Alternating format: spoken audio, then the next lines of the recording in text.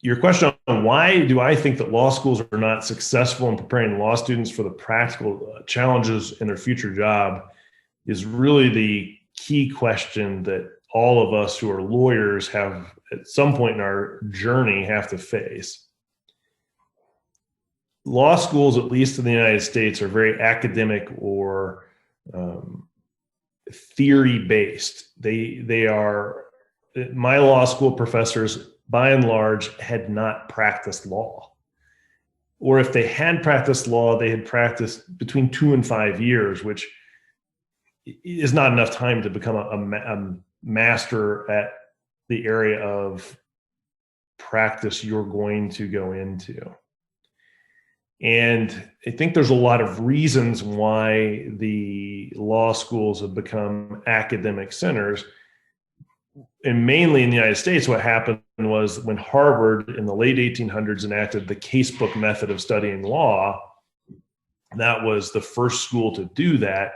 And since Harvard has such a large, oversized reputation, at least in the United States, other schools began to mirror and copy what Harvard was doing. And so now almost every law school in the United States will use a version of the casebook method. And in fact, probably if you didn't know where you were in school, if you just were teleported into a classroom, you wouldn't know that you were in a class in Harvard or Columbia or in California or Kansas. They all tend to be the same.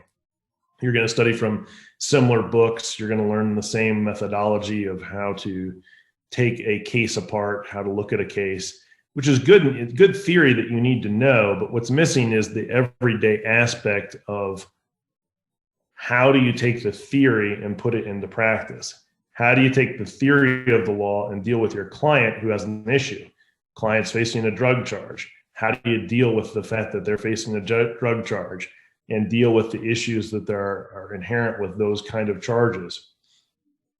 And without getting law schools more involved with hiring people who have practiced, it won't change. There's not much incentive for things to change, at least in the United States, because people are still paying the really expensive money to go to law school, and then they have to find the training afterwards.